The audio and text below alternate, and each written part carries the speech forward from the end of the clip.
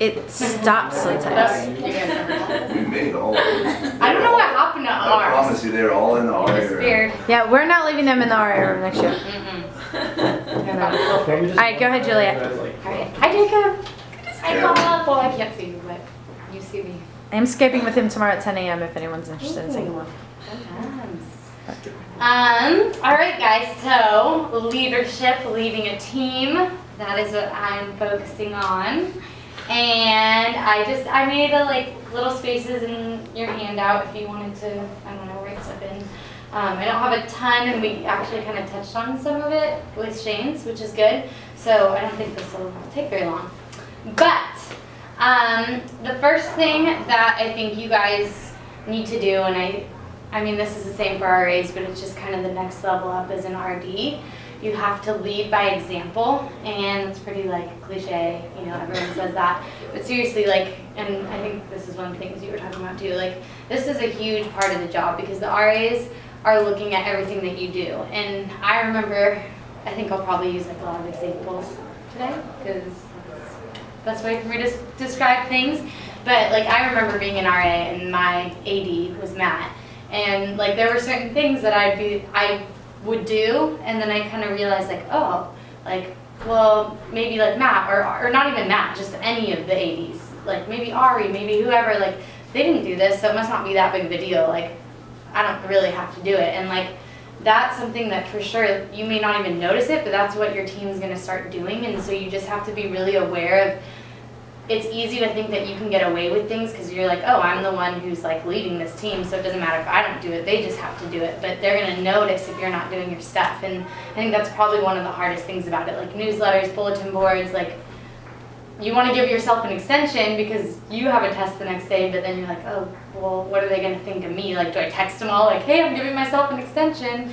No, you should, you know what I mean? Obviously there's times where you can't do it, but it's just overall you need to be doing the things you're telling them to do, because they're going to be watching you. And that goes also along with your lifestyle and what you're doing outside of CHOP, whether that's partying or the way you talk to people or the type of people you surround yourself with, all of those things, or what you post on Facebook or whatever. Again, they're going to see that, and if they think that there's some places you're sliding, they might think it's okay for them to slide. So you have to follow all of your rules to a T, because yeah, it's what they're going to follow as well. And then another thing is there's going to be things they don't follow, being on time. Maybe you're I try to be on time to everything. I'm sure I'm late sometimes, but that's my big thing. And still, I mean, it's life. People are 10 minutes late. I'm kidding. I'm kidding. No, but you'll have I have meetings, or Alex has probably seen me down here where I'm what, it's 7:02. Where the heck is everyone? And so there's going to be times where you're frustrated because you do things and they don't do it, but it's really hard, really hard to keep someone accountable for something that you've messed up on, even if it's once. Even you just feel bad. You're you did it wrong, and you've reprimanded yourself in a sense for it, and you've done it right maybe the rest of the year, but then when you have to call that person in, there's just this part of you that's oh, I know they know I didn't do it. Also, I was late once, and so it's just remembering that it's also going to be easier for you to hold them accountable for the stuff that you want to. So anyways, leading by example, I kind of talked about a bunch of this stuff, but I made a list on my paper. Being on time, turning your stuff in on time, responding to emails, that's a huge one. Everyone has a problem with that because there's so much going on, but if you're just be on it as much as you can. Doing write-ups when you come across them. RDs rarely do write-ups, but there's just going to be times where you see it, and you're going to tell your RAs to do the same thing, so you should do it. Quiet hours, again, one of those things, RAs probably enforcing it more, but go out and tell people to be quiet. Your general attitude in the workplace and your customer service. So when you're at the desk, do you want the RAs, how do you want them to answer the phone? You answer the phone that way, that kind of stuff. All right, number 2, being a behind-the-scenes person. I think that's a big part of leadership. Erica brushed on it a little bit when she was talking earlier. But it's a really big part, I think, of being a leader, is that exactly what she said, like you're not gonna get credit for a lot of the stuff you do. You're doing things to make your staff look good, to make your building look good, and no one really knows that you're doing it. And so like one of the examples I have is for closing. When all the RAs are closing, you know, we're behind the scenes figuring out what rooms have people in them, and we're making a spreadsheet so you guys can check it off, and you know, forms that you guys are going to be handing out or whatever, and we're doing all this background work that no one necessarily is telling us to do. But I know that like when I hand my RAs this packet that has like exact directions and blah blah blah, that they're going to do their job better, and it's going to be easier for them, and hopefully like Dave Sample won't be confused because they forgot to check something later. You know, like you're trying to cover all their bases, and so you may spend hours on that. They don't know. They might be annoyed that they're closing and that you gave them like 3 paragraphs full of directions. So it's things like that where you're just going to do things to make their job easier, and it's not that they're ungrateful, but like you're not really going to hear about it. So, and that's being a leader, because you're taking initiative to make the building look good, and to think ahead, and I don't know, I just think it's a big part, and it's not just a part of the job, it's like a character quality. Get used to just like doing things because you wanna see other people look good. Let me see if I missed anything on that. I think that's it.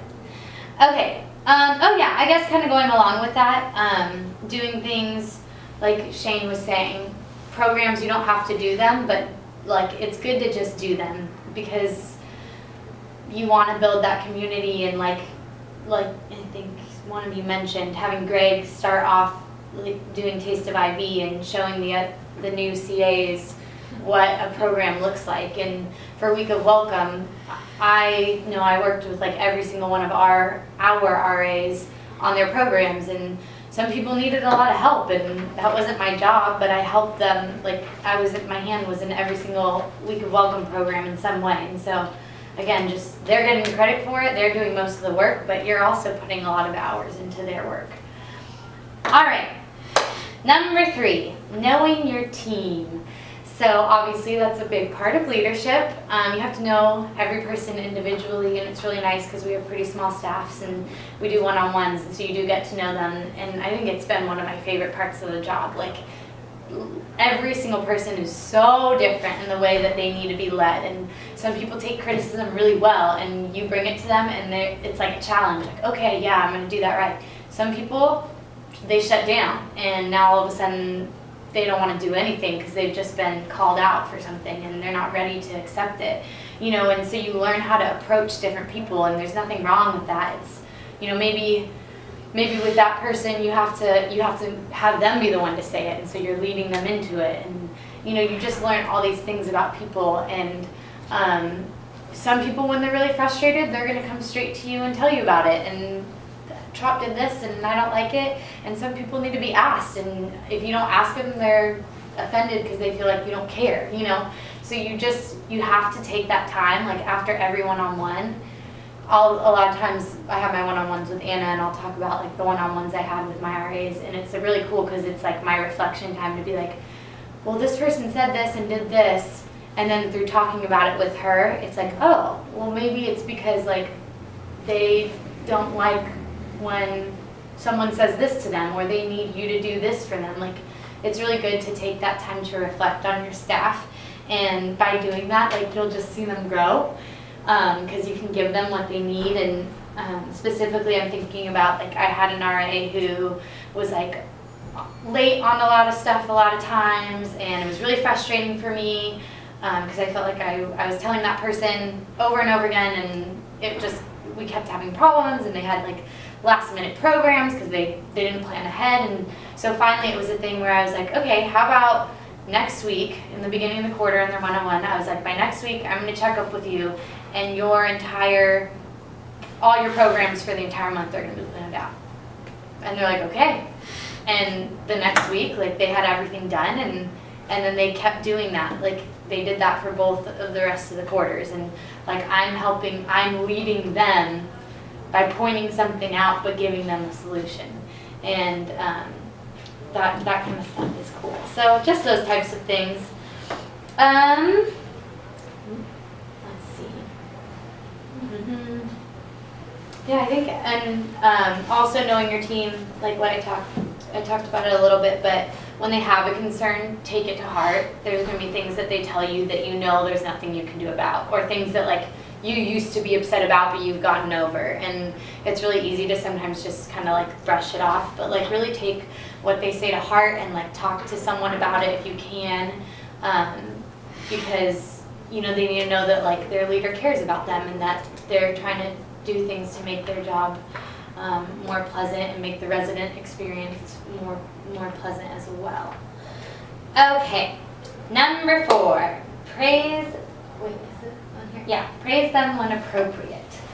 So a huge part of being a leader is, you know, like I said, knowing your team, but also like giving them credit for what they do, because when people feel appreciated, they're going to do a better job in their work. And I think it's one thing to realize you're going to see a lot of like really awesome things, and sometimes you're just going to be like, I should just always be telling everyone how amazing they are all the time. But like, I don't know, I've kind of learned you have to be careful about it, because if you're too like in people's face, like you're amazing, you're great, they're eventually not going to believe you. So like honestly, like pray, like when something happens, like whether it's at that moment or maybe in front of the team at a particular meeting or in their one-on-one, like being really serious about like, wow, that was so awesome when you did this, and urging them on, like encouraging them in the things that they do that are great, but like at the appropriate time. And so learn like for yourself when that is, and know